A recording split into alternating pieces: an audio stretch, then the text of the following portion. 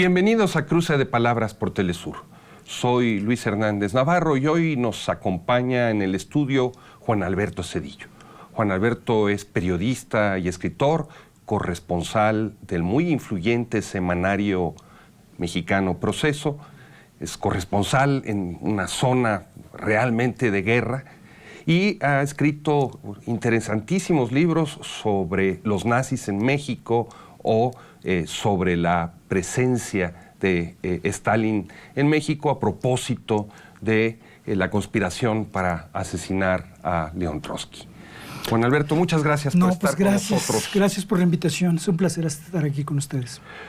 Juan Alberto, realmente tu libro, más allá del título, es la historia de una guerra entre lo que se ha dado a llamar los cárteles, en una zona muy específica de México, ¿no? El noreste, aunque te vas también luego a la península de Yucatán, a Cancún, etcétera, etcétera, pero te concentras sobre todo ahí.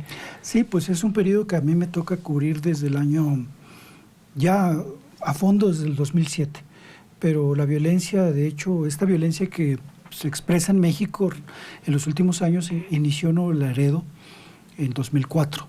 Ahí fue como un laboratorio de los cárteles, de la disputa entre el cártel de Sinaloa, en ese entonces encabezado por el Chapo, y el CDG, Cártel del Noreste, y los Zetas, por la plaza de Nuevo Laredo, que es la ciudad fronteriza más importante en el cruce de Estados Unidos y México, porque por ahí pasan el 75% de los camiones del comercio terrestre entre ambas naciones. Entonces es una zona sumamente importante. Empezó esta violencia tan cruenta en Nuevo Laredo y luego se extendió al resto de la región. Una de las primeras cosas que llama la atención al leer tu libro es cómo una parte relevante de estos narcotraficantes nacieron en Estados Unidos, no son mexicanos. No, se crearon. No son mexicanos de nacimiento, por lo menos. No, fíjate que la mayoría de los importantes, por ejemplo el más sanguinario, que es Z40, se formó en las calles de Dallas como pandillero. El que hizo la masacre en Allende se formó en California, el famoso Kilo Estrada Luna, que es el que mató a los 72 migrantes en San Fernando. Él fue el que tenía tomado San Fernando, mató mucha más gente, además de esos migrantes. Se formó en las pandillas en Estados Unidos. El segundo en mando del cártel del Golfo, anteriormente García Ábrego, había nacido en Estados Unidos y él se forma como delincuente en los Estados Unidos. Entonces tienen esta posibilidad de venirse a México y como ya conocen parte del mercado, pues actúan aquí y se llevan la droga para allá. O sea, esta acusación de los racistas estadounidenses de que los mexicanos somos lo peor que llega a Estados Unidos, no, entra en contradicción con lo que tú retratas, ¿no? Sí, porque resulta que ellos se formaron como jóvenes, allá ellos llegan como niños, adolescentes, recién salidos de la primaria, si acaso, y se forman allá como delincuentes, no se forman en México, donde se agarraron su carrera delictiva fue en los Estados Unidos, en las calles de los Estados Unidos. Tú hablas de cómo el cártel del Golfo recluta a los integrantes de la última letra, de los Z, y luego cómo se opera esta fractura.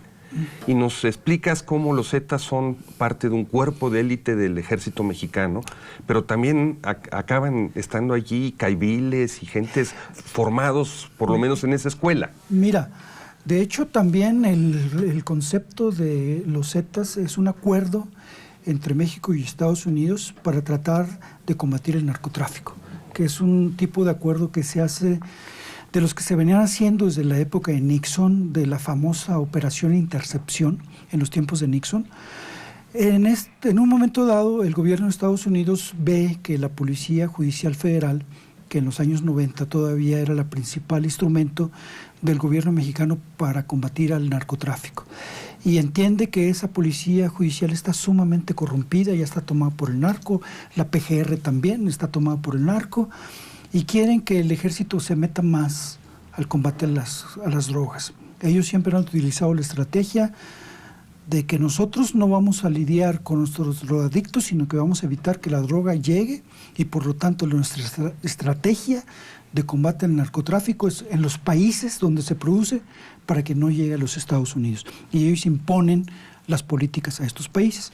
En el caso de México, lo que hacen es que hacen un acuerdo para que soldados aparentemente altamente capacitados, la mayoría de ellos oficiales, sargentos, cabos de infantería, se metan como civiles a la policía judicial y hacen un acuerdo para reclutar 3 grupos del ejército que se van a integrar al combate al narcotráfico dentro de la policía judicial. El ejército selecciona una serie de oficiales muy altamente capacitados, les dan un curso especial para el combate al narcotráfico y los mandan como civiles a la frontera de Tamaulipas con 3 claves de identificación militar, porque de todas maneras van a seguir bajo el mando del ejército. Les dan la clave de identificación X, Y y Z. Y cada grupo va a ser una letra del abecedario y cada integrante va a tener un número. Entonces, cuando llegan allí, en principios de 1997, no duran más de 6, 7 meses fuera de la disciplina militar, fuera de los cuarteles, cuando el narco los recluta.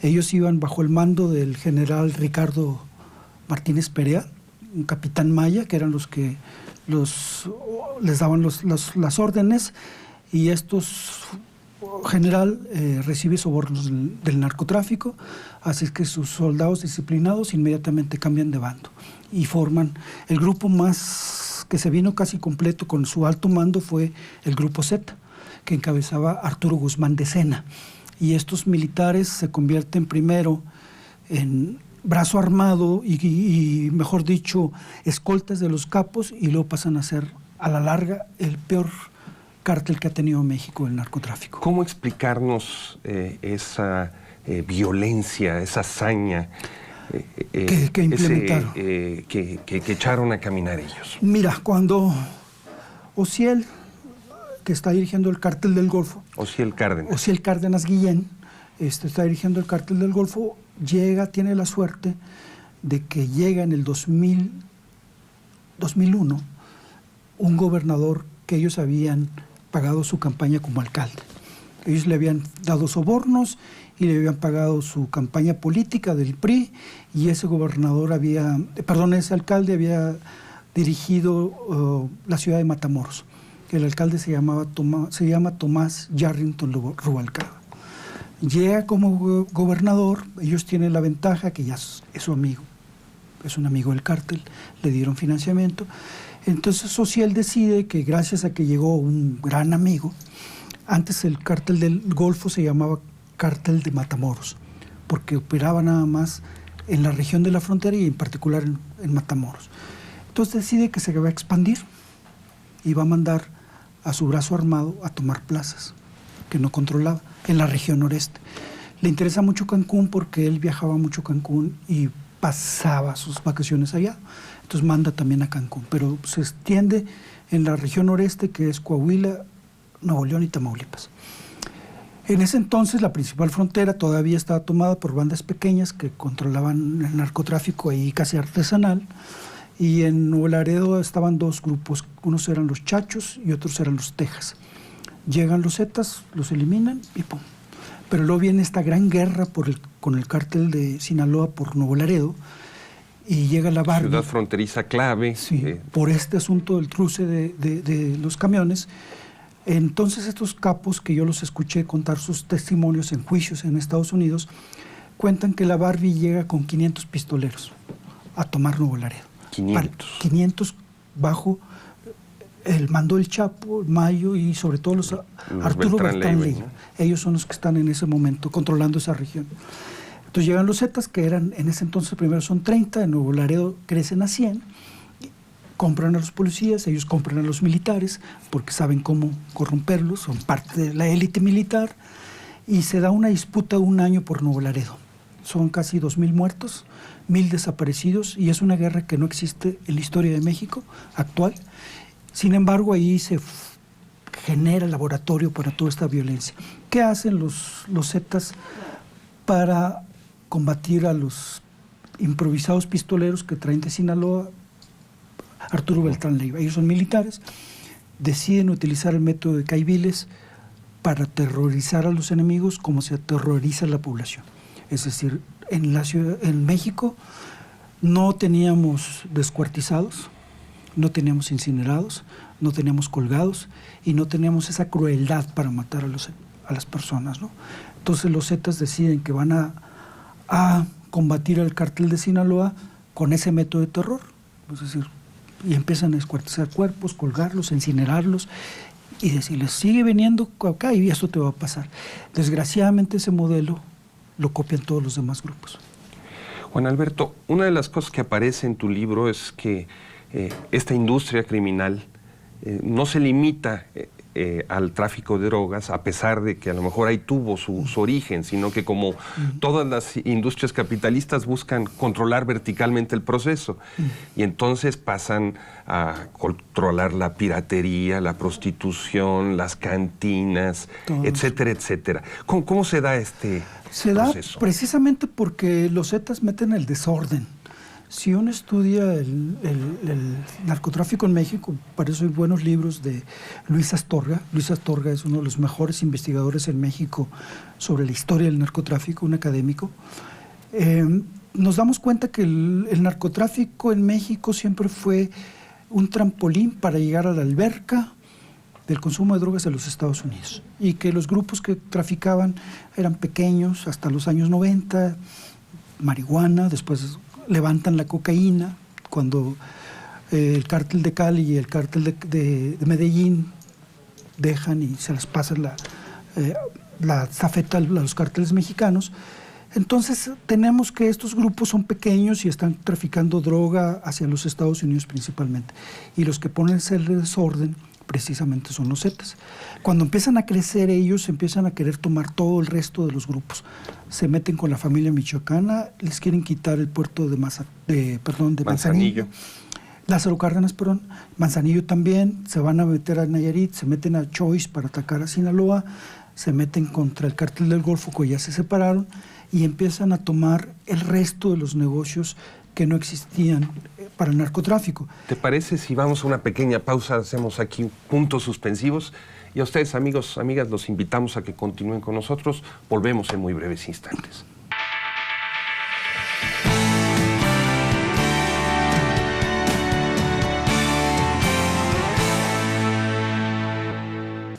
Estamos ya de vuelta con Juan Alberto Zedillo, periodista, escritor. Nos está contando la guerra oculta del narcotráfico mexicano, sobre todo en la región noreste. Y antes de que te interrumpiera, nos estabas narrando cómo los Zetas habían venido expandiendo, ¿no? Sí, fíjate que hacia el Pacífico mexicano. Ellos encuentran un nicho que es muy redituable en la frontera, porque empiezan a traficar gasolina robada a los Estados Unidos. En Estados Unidos hay 5 ejecutivos, altos ejecutivos, metidos a la cárcel porque le estuvieron comprando gasolina a los Zetas. Resulta que los años, no recuerdo ahorita la fecha, pero eso viene siendo como el 2003, cuando mucho, tenían una empresa. Las pipas tenían un color y tenían la letra Z. Y pasaban la gasolina para venderla en los Estados Unidos. ¿Sí?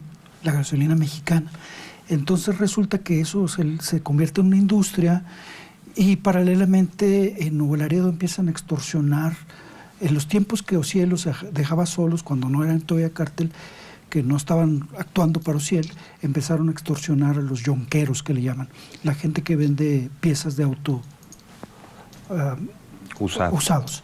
Entonces ellos extorsionaron y se convirtió en negocio, y luego se dan cuenta que meterse como el agua en todos los negocios donde reina la corrupción.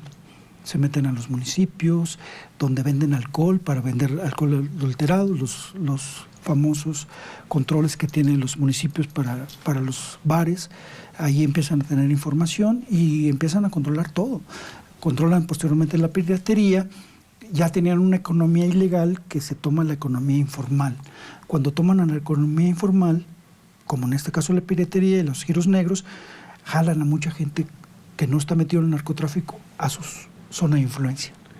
Pero nos cuentas también cómo lavan dinero, por ejemplo, a través de caballos pura sangre y participación de los caballos en derbis. Sí, fíjate, en ese caso tuvieron 2, 3 empresarios que les daban el dinero en efectivo, los dólares en efectivo que pasaban para México.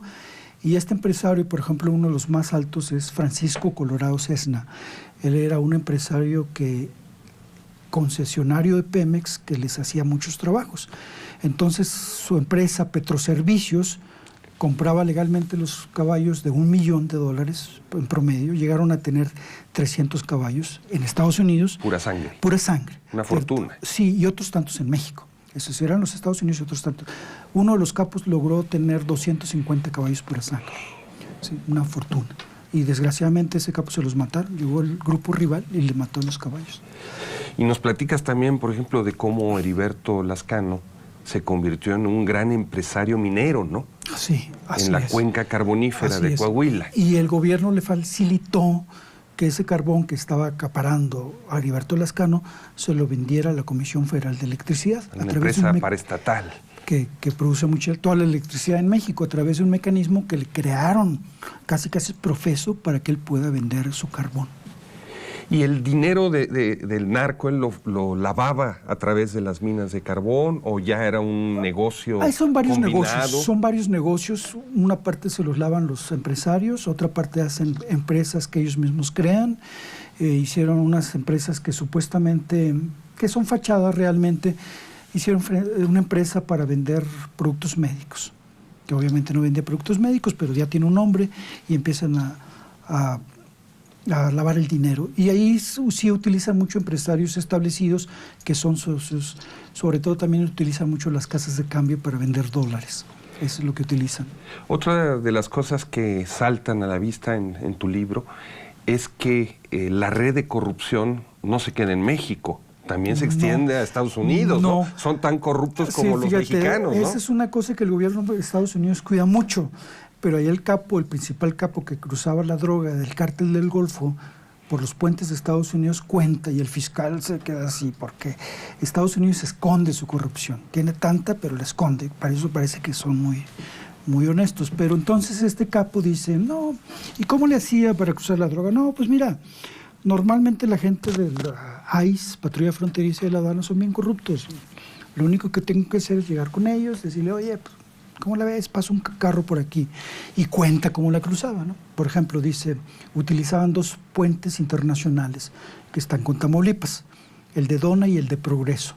Dice, ya me había puesto de acuerdo con un agente del ICE y de la aduana o de la patrulla fronteriza, y él me decía, el domingo voy a trabajar, Junior, que era el capo. Y el domingo yo meto un camión o un carro lleno de droga, y como está la gente corrupto que no lo va a revisar, pues cruza. Y así cruzan su droga, con la complicidad de los agentes de Estados Unidos que les permiten.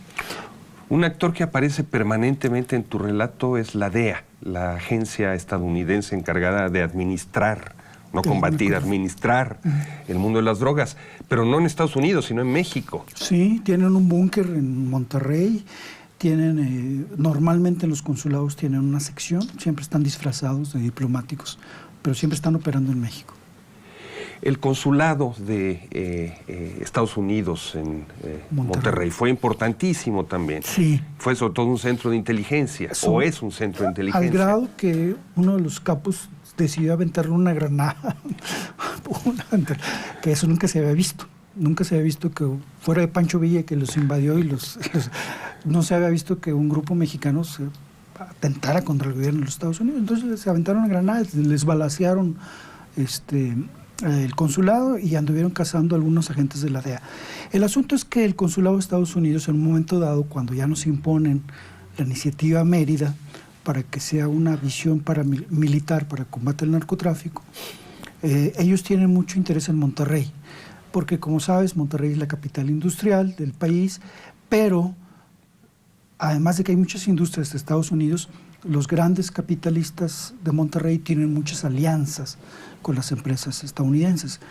Les preocupó que la violencia en Monterrey en un momento dado, en el 2010, 2011, 2012 es la peor de México. Está Monterrey incendiado, hay 52 víctimas del Casino Royal que murieron ahí por un atentado Z, y entonces ellos deciden que van a brincarse al gobierno federal, que es con el que trabaja en la iniciativa de Mérida, y se van a meter con el gobierno municipal y con el gobierno estatal para imponerles medidas de combate al narcotráfico. Ellos son los que crean la Policía Fuerza Civil en Monterrey, que en un momento supuestamente se convirtió en el modelo de policía que tenía que haber para que el ejército saliera a las calles.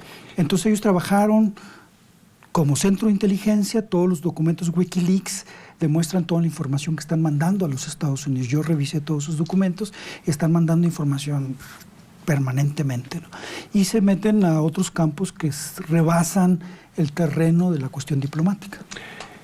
Juan Alberto, tú además de ser escritor, organizar todo este relato y esta reflexión, eres periodista de a pie, estás construyendo la nota sí, cada semana por lo menos, ¿no? Sí, así es. ¿Qué dificultades encuentras en un lugar donde hay tanta violencia para contar lo que está sucediendo en el mundo de las drogas? Pues mira, todavía hay límites, sobre todo hay límites por la complicidad. Por ejemplo, si yo denuncio un narco, pues el narco no tiene tanto problema porque pues, el tipo sabe que anda ahí haciendo el mal. Pero un gobernante que lo protege, pues no se sabe, y denunciarlo ya tiene complicaciones. El narco sería menos peligroso que un funcionario denunciado como narco, porque sí tiene cosas que perder. El narco no tiene que perder porque pues, anda en eso. Entonces el problema, el reto mayor es cómo manejar esta información minimizando los riesgos. Yo no cuento muchas cosas en el libro porque tampoco quiero ser mártir del periodismo, ¿no? Ya hay varios que son, entonces no me interesa ser mártir del periodismo, entonces denunciar hasta donde se pueda. Pero lo que es muy interesante de tu libro son todas las fuentes que tienes y cómo combinas testimonios directos que tú recoges en campo con lo que escuchas en los juicios en Estados Unidos, con documentos como de Wikileaks. Hay ahí una riqueza. Y también estuve un buen tiempo en la Secretaría de Defensa Nacional revisando los expedientes de los militares que traicionaron. Has aderezado las versiones oficialistas de los procuradores, es lo que menos me interesaba, porque son muy parciales. La narrativa que tiene el gobierno sobre el narcotráfico es terriblemente ineficiente e inexacta. ¿Por Entonces, interés o por deficiencia? Por las dos, por complicidad y por ineficiencia, por las dos. Entonces lo que menos importa, ya teniendo el testimonio de los capos era más rico todo eso. Entonces lo que me ayuda mucho a mí es que estoy en el lugar de los hechos. No significa que por estar en el lugar de los hechos tienes mayor ventaja, pero sí te da una ventaja fundamental. Y había reporteado eso. Entonces son 4 elementos, son los testimonios de las Cortes de los Estados Unidos, los documentos Wikileaks, los archivos de la Secretaría de la Defensa Nacional y 10 años de reporteo de este asunto. ¿Y cómo es vivir en ese error? Dije error, quise decir horror. Pues mira, en un principio yo pensé que no me afectaba, pero un momento después sí yo tenía como antídoto, después de oír masacres, balaceras y todo eso, ponerme a escuchar música clásica, leer literatura, poesía, como un antídoto, una situación terrible que se estaba viviendo. La sociedad regia llega a un punto de quiebre que se acaba la vida nocturna por la violencia. Y la ciudad regia Monterrey es una ciudad orgullosa por sus universidades, por sus empresarios y porque supuestamente es de las ciudades más desarrolladas del país. Sin embargo, está en medio de la violencia, ¿no? Entonces a mí me pasa que la locura que se me viene es que tengo un debate con los chilangos, con los editores chilangos, mis editores, el Universal y todos, porque me doy cuenta que no entienden la dimensión de la violencia que está ocurriendo en la provincia. La capital tiene muchas limitaciones para entender muchas regiones de la provincia. Entonces, estar sumergido en todo eso me provocaba que estuviera viendo cosas que no se veían y que allá en México no las veían. Entonces, estamos ya con la guillotina del tiempo. En un minuto, ¿tú ves posibilidades de que este infierno se termine? En el corto plazo no. Mientras las autoridades no tengan el diagnóstico correcto, no van a poder tener medicina adecuada y no tienen ahorita el diagnóstico correcto. Juan Alberto, muchísimas gracias por estar con nosotros. A ustedes, gracias por todo. Y ustedes, amigos, amigas, lean este libro. Es un viaje al infierno, pero un viaje necesario, esclarecedor. Y ya saben, los esperamos la semana que viene aquí por Telesur.